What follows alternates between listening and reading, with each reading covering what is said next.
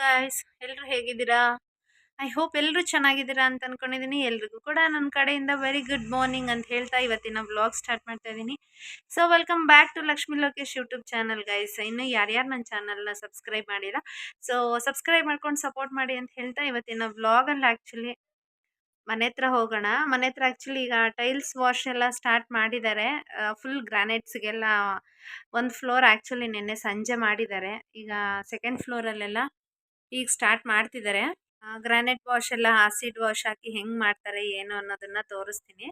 So ನಾವು ಯಾವ acid ತರಿಸಿದೀವಿ ಅನ್ನೋದನ್ನು ಕೂಡ ಶೇರ್ ಮಾಡ್ತೀನಿ. ಇನ್ನು ಇವತ್ತಿನ ತಿಂಡಿಗೆ ಆ್ಯಕ್ಚುಲಿ ಬೆಳಗ್ಗೆನೆ ದೋಸೆ ಮಾಡಿದ್ದೆ. ಇನ್ನು ನಾಳೆ ಎಲ್ರಿಗೂ ಹಬ್ಬ ಇರೋದ್ರಿಂದ ಇವತ್ತು ಸ್ವಲ್ಪ ಮನೆಯಲ್ಲಿ ಕೆಲಸ ಜಾಸ್ತಿನೇ ಇರುತ್ತೆ. ಈ ವರ್ಷ ಸ್ವಲ್ಪ ಹಬ್ಬ ಏನಂತ ಚೆನ್ನಾಗಿ ಹಬ್ಬದ ಪ್ರಿಪ್ರೇಷನ್ ಬಗ್ಗೆ ಹೇಳೋಣ ಅನ್ಕೊಂಡೆ. ಈ ವರ್ಷ ಆ್ಯಕ್ಚುಲಿ ರಿತಿಕ್ಷನ್ಗೆ ಕೂಡ ಸಂಕ್ರಾಂತಿ ಹಬ್ಬ ಇರೋದ್ರಿಂದ ಎಳ್ಳು ಬೀರಿಸ್ತೀನಿ. ಯಾಕೆಂದ್ರೆ ಅದು ಮಾಡಲೇಬೇಕು. ನೆಕ್ಸ್ಟ್ ಇಯರ್ ಹೊಸ ಮನೆಯಲ್ಲಿ ಹೊಸ ಹಬ್ಬ ಯಾವ್ಯಾವ ಸ್ಟಾರ್ಟ್ ಮಾಡ್ತೀನಿ ಅನ್ನೋದನ್ನ ತೋರಿಸ್ತೀನಿ. ಆ್ಯಕ್ಚುಲಿ ಮಕ್ಕಳು ಇರೋರು ಅವ್ರಿಗೆ ಎಳ್ಳು ಬೆಲ್ಲ ಎಲ್ಲ ತಲೆ ಮೇಲೆ ಹಾಕಿ ಒಂದು ಆರತಿ ಎಲ್ಲ ಮಾಡ್ತಾರೆ. ಅದು ಮಾಡ್ಬೇಕಂತೆ ತುಂಬ ಒಳ್ಳೇದು. ಸೊ ಅದು ಸಣ್ಣ ಮಕ್ಕಳಿಗೆ ಮನೇಲಿರೋರಿಗೆ ಹೆಣ್ಮಗು ಆದರೂ ಮಾಡಬೇಕು, ಗಂಡು ಮಗು ಆದರೂ ಮಾಡಬೇಕು ಅಂತ ಹೇಳಿದ್ದಾರೆ. ಬಟ್ ಅದನ್ನ ನಾನು ಯಾವ ವರ್ಷನೂ ಮಾಡಿಲ್ಲ. ಈ ವರ್ಷ ಮಾಡೋಣ ಅಂದ್ಕೊಂಡೆ, ಬಟ್ ಈ ವರ್ಷ ಆಗ್ತಾ ಇಲ್ಲ. ಯಾಕೆ ಅಂತ ಹೇಳಿದ್ರೆ ಪ್ರತಿಯೊಂದೂ ಎಷ್ಟು ಬಜೆಟ್ ಇದೆ ನಮ್ಮ ಕೈಯಲ್ಲಿ ಅಷ್ಟನ್ನೇ ಮಾಡಬೇಕು ಅಂತ ಅಂದ್ಕೊಂಡೆ. ಅಲ್ಲಿ ಯಾರೋ ಕರಿತಿದ್ರು ಸಹ, ಹಾಗಾಗಿ ಬಗ್ಗಿ ನೋಡ್ತಿದ್ದೆ ನನ್ನೇನ ಕರೆದಿದ್ದು ಅಂತ. ಜಾಸ್ತಿ ಸ್ವಲ್ಪ ಟೈಟ್ ಇರೋದ್ರಿಂದ ಅಂಥ ಗ್ರ್ಯಾಂಡಾಗಿ ಏನೂ ಮಾಡಲ್ಲ. ಇನ್ನು ಅವರೆಕಾಯಿ ಆ್ಯಕ್ಚುಲಿ ಮೊನ್ನೆ ಹೊಲದಲ್ಲಿ ಕಿತ್ಕೊಂಡ್ಬಂದಿದ್ದೆ ಅಂದೆ. ಇಲ್ಲೇ ಅಂಗಡೀಲಿ ಇಟ್ಕೊಂಡಿದ್ದೀನಿ, ನೋಡ್ತಿರ್ಬೋದು. ಅದನ್ನು ಸುಲ್ಕೊಂಡು ಕುತ್ಕೊಳ್ತೀನಿ. ಇನ್ನು ಈ ಕಡೆ ಪಾಪು ಇಲ್ಲೇ ಮಲಗಿದ್ದಾನೆ. ಪಾಪುನು ಕೂಡ ಇಲ್ಲೇ ಮಲಗಿಸ್ಕೊಂಡಿದ್ದೀನಿ. ಮನೇಲಿ ಯಾರೂ ಇಲ್ಲ ಅಂತೇಳಿ ಅಮ್ಮ ಅಲ್ಲಿ ವಾಶ್ ಮಾಡ್ತಾ ಇದ್ದಾರಲ್ಲ ಅಲ್ಲಿ ಹೋಗಿದ್ದಾರೆ. ಹಾಗೆ ಇವತ್ತು ಇನ್ನೊಂದು ವಿಚಾರನ ಶೇರ್ ಮಾಡಬೇಕು ಅಂತ ಅಂದ್ಕೊಂಡಿದ್ದೀನಿ. ನಿನ್ನೆ ಆ್ಯಕ್ಚುಲಿ ನನಗೆ ಒಂದು ತುಂಬ ಇಂಪಾರ್ಟೆಂಟ್, ತುಂಬ ದಿವಸದ್ದು ಒಂದು ಪೋಸ್ಟ್ ಬರಬೇಕಾಗಿತ್ತು. ಸೊ ಆ ಪೋಸ್ಟ್ ಹೆಂಗೆ ಅಂತ ಹೇಳಿದ್ರೆ ನಮ್ಮನೆಗೆ ಬಂದು ನಮ್ಮ ಬಿಲ್ಡಿಂಗಲ್ಲಿ ಇರೋರನ್ನೇ ಕೇಳಿದ್ದಾರೆ. ಬಟ್ ಅದು ಏನಕ್ಕೆ ಅವ್ರಿಗೆ ಗೊತ್ತಿಲ್ವ, ನನಗೂ ಅವ್ರಿಗೂ ಏನು ಜಗಳ ಆಗಿಲ್ಲ, ಏನೂ ಇಲ್ಲ. ಅಥವಾ ಗೊತ್ತಿಲ್ದಿರ ಹೇಳಿಲ್ವಾ ಅಥವಾ ಗೊತ್ತಿದ್ದು ಹೇಳಿದಾರ, ನನಗಂತೂ ನಿಜವಾಗ್ಲೂ ಗೊತ್ತಿಲ್ಲ ಗೈಸ್. ಸೊ ಅವ್ರು ನನ್ನ ಹೆಸರು ಹೇಳಿದ್ದಾರೆ, ನಮ್ಮ ಮನೆ ಅಡ್ರೆಸ್ಸು ಕೇಳಿದ್ದಾರೆ, ಎಲ್ಲ ಕೇಳಿದ್ದಾರೆ. ಬಟ್ ಆದ್ರೂ ಕೂಡ ಅವರು ಹೇಳಿಲ್ಲ.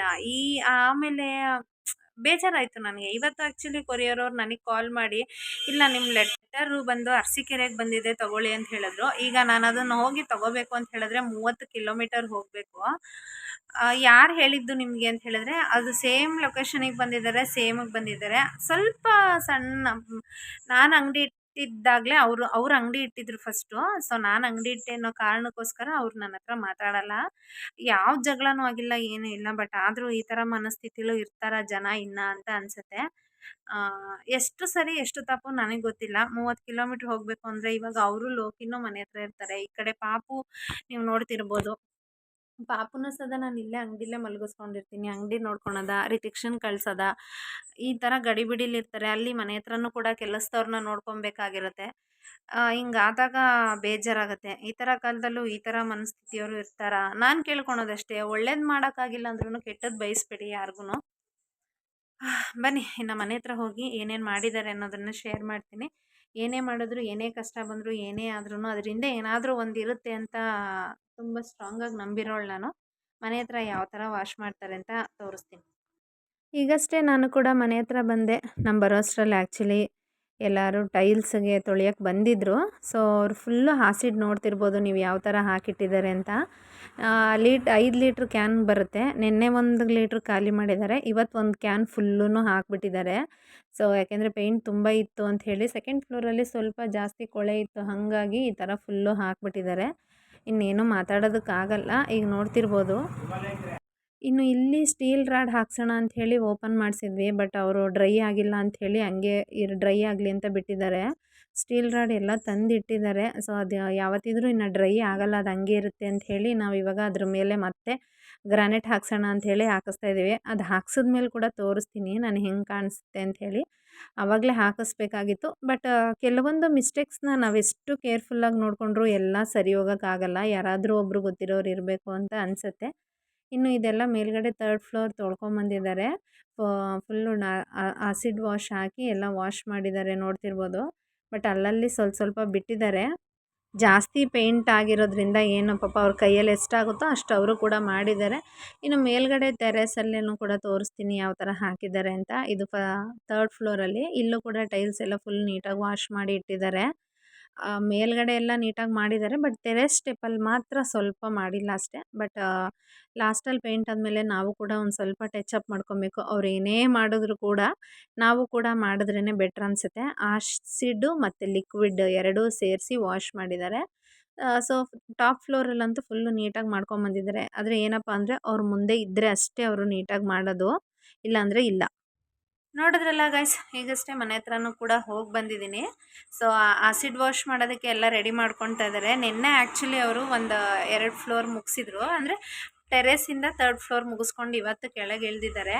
ನಾನು ಆವಾಗಲೇ ನಿಮಗೆ ತೋರಿಸ್ದಂಗೆ ಅದು ಇದ್ರದ್ದು ಸ್ಟೀಲ್ ರಾಡ್ ಹಾಕ್ತಾರಲ್ಲ ಮುಂದೆ, ಅಲ್ಲಿಗೆ ಆ್ಯಕ್ಚುಲಿ ಅವತ್ತು ಗ್ರಾನೈಟ್ ಬೇಡ ಅಂತ ಅಂದ್ಕೊಂಡು ಹಾಕ್ಸಿರ್ಲಿಲ್ಲ. ಬಟ್ ಸ್ಟೀಲ್ ರಾಡ್ ಹಾಕೋಕ್ಕೆ ಅದಿದ್ದರೆ ಈಸಿ ಆಗುತ್ತೆ ಅಂತ ಹೇಳಿದ್ರು. ಆಮೇಲೆ ಇನ್ನೊಂದೇನಪ್ಪ ಅಂತಂದರೆ ಸ್ಟೀಲ್ ರಾಡ್ ಹಾಕೋವಾಗ ಅದು ಶೇಕ್ ಆಗಲ್ವಂತೆ, ತುಂಬ ಗ್ರಿಪ್ ಆಗಿರುತ್ತೆ. ಅದಿಲ್ಲ ಅಂದರೆ ಗ್ರಾನೈಟ್ ಇಲ್ಲ ಅಂದರೆ ಗೋಡೆ ಎಲ್ಲ ಶೇಕ್ ಆಗಿ ಲೂಸ್ ಆಗ್ತಾ ಇರುತ್ತೆ ಅಂತ ಹೇಳಿದ್ರು. ಸೊ ಹಾಗಾಗಿ ಇವತ್ತು ಅಲ್ಲಿಗೂ ಅದನ್ನು ಹಾಕ್ಸೋಣ ಅಂತ ಹೇಳಿ ತರಿಸಿದ್ದೀವಿ. ಅದು ಕೂಡ ಎಲ್ಲ ಕಟ್ ಮಾಡ್ಕೊತಾ ಇದ್ದಾರೆ. ಅದು ಹಾಕಿದ್ಮೇಲೂ ತೋರಿಸ್ತೀನಿ. ಆಮೇಲೆ ಇನ್ನೊಂದು ಏನಪ್ಪ ಅಂತ ಹೇಳಿದ್ರೆ, ಆಸಿಡ್ ವಾಶ್ ಮಾಡಿಸ್ಬೇಕಾದ್ರೆ ಯಾರಾದರೂ ಒಬ್ಬರು ಅವ್ರ ಜೊತೆ ಇದ್ದರೆ ನಿಜವಾಗ್ಲೂ ತುಂಬ ಚೆನ್ನಾಗಿ ಮಾಡ್ಕೊಂಬರ್ತಾರೆ. ಇಲ್ಲ ಅಂತ ಹೇಳಿದ್ರೆ ಅದು ಹೋಗ್ತಾ ಇಲ್ಲ, ಅದು ಅಷ್ಟೇ ಹೋಗೋದು, ಹಾಗೆ ಹಿಂಗೆ ಅಂತ ಬಂದುಬಿಡ್ತಾರೆ. ಒಂದ್ಸಲಿ ಮೇಲಿಂದ ಕೆಳಗಡೆ ಬಂದುಬಿಟ್ರೆ ಆಮೇಲೆ ಮತ್ತೆ ಹೋಗಿ ಅವ್ರು ಮಾಡಲ್ಲ, ಅದಷ್ಟೇ ಅಂತ ಏನಾದರೂ ಒಂದು ರೀಸನ್ ಹೇಳ್ತಾನೆ ಇರ್ತಾರೆ. ಅಲ್ಲಿದ್ದರೆ ನಾವು ಖಂಡಿತ ಅವರು ನೀಟಾಗಿ ಮಾಡ್ತಾ ಇರ್ತಾರೆ. ಸೊ ಹೊಸ್ದಾಗಿ ಮನೆ ಕಟ್ಟೋರು ಎಲ್ಲದರಲ್ಲೂ ಕೇರ್ಫುಲ್ಲಾಗಿರಬೇಕು. ಎಷ್ಟೇ ಮಿಸ್ಟೇಕ್ ಆಗಬಾರ್ದು ಅಂತ ನೋಡಿಕೊಂಡ್ರು ಸಣ್ಣ ಪುಟ್ಟದ ಮಿಸ್ಟೇಕು ತುಂಬಾ ಇರುತ್ತೆ. ಕೆಲವೊಂದು ಮಿಸ್ಟೇಕು ನನಗೆ ಆಗ ಅರ್ಥ ಆಗಲಿಲ್ಲ. ಇವಾಗ ನಿಜವಾಗ್ಲೂ ಅಮ್ಮ ಇರೋವರೆಗೂ ಅಮ್ಮ ನೀಟಾಗಿ ನೋಡಿಕೊಂಡ್ರು. ಯಾಕೆಂದರೆ ಅವ್ರಿಗೆ ಅಮ್ಮಂಗೆ ಗೊತ್ತಿರುತ್ತೆ, ಎಕ್ಸ್ಪೀರಿಯೆನ್ಸ್ ಇದೆ ಅಂತ. ನನಗೆ ನಾನು ಎಷ್ಟೇ ನೋಡಿಕೊಂಡ್ರು ಕೆಲವೊಂದು ಮಿಸ್ಟೇಕ್ ಆಗಿರೋದು ಅದು ಈಗ ಕಾಣಿಸುತ್ತೆ. ಬಟ್ ಏನು ಮಾಡೋಕ್ಕಾಗಲ್ಲ. ಬಟ್ ಗೋಡೆ ಕಟ್ಟಬೇಕಾದ್ರೆ ಏನೇನು ಮಿಸ್ಟೇಕ್ ಆಗಿದೆ ಅನ್ನೋದೆಲ್ಲ ನಮ್ಗೆ ಈಗ ಅರ್ಥ ಆಗ್ತಾ ಇದೆ. ಮುಂದೆ ಯಾವುದಾದ್ರೂ ಕಟ್ಟಿದ್ರೆ ಭಗವಂತ ಶಕ್ತಿ ಕೊಟ್ಟರೆ ಸೊ ಮುಂದೆ ಕೇರ್ಫುಲ್ಲಾಗಿರ್ತೀನಿ ಅಂತ ಅನ್ಕೋಬೋದು. ಆಗಲೇ ಹೇಳ್ದಂಗೆ ಟೈಲ್ಸ್ ವಾಶ್ ಮಾಡಬೇಕಾದ್ರೆ ಪ್ರತಿಯೊಂದು ಕಡೆನೂ ಇರಬೇಕು, ಇಲ್ಲಾಂದರೆ ಮೂಲೆ ಎಲ್ಲ ಬಿಟ್ಬಿಡ್ತಾರೆ. ಸೊ ಇವತ್ತಿನ ವ್ಲಾಗ್ ಇದಾಗಿತ್ತು ಗೈಸ್. ಇನ್ನು ಅಂಗಡಿಲಿ ಆ್ಯಕ್ಚುಲಿ ಅವರೆಕಾಯಿ ಹಾಗೆ ಇದೆ, ಅವರೆಕಾಯಿ ಕೂಡ ಸುಲಿಬೇಕೀಗ. ಅವರೆಕಾಯಿ ಸುಲ್ಕೊಂಡು ಪಾಪನ ಮಲಗಿಸ್ಕೊಂಡು ಇಲ್ಲೇ ಇರ್ತೀನಿ. ಇವತ್ತಿನ ವ್ಲಾಗ್ ಇದಾಗಿತ್ತು ಗೈಸ್. ವಿಡಿಯೋ ಇಷ್ಟ ಆಗಿದ್ರೆ ಲೈಕ್ ಮಾಡಿ, ಶೇರ್ ಮಾಡಿ, ಪ್ಲೀಸ್ ಸಬ್ಸ್ಕ್ರೈಬ್ ಮಾಡ್ಕೊಳ್ಳಿ ಅಂತ ಹೇಳ್ತಾ ಇವತ್ತಿನ ವ್ಲಾಗ್ ಇಲ್ಲಿಗೆ ಮುಗಿಸ್ತಾ ಇದ್ದೀನಿ. ಬಾಯ್, ಟೇಕ್ ಕೇರ್ ಗೈಸ್. ಇದೇ ರೀತಿ ಸಪೋರ್ಟ್ ಮಾಡಿ.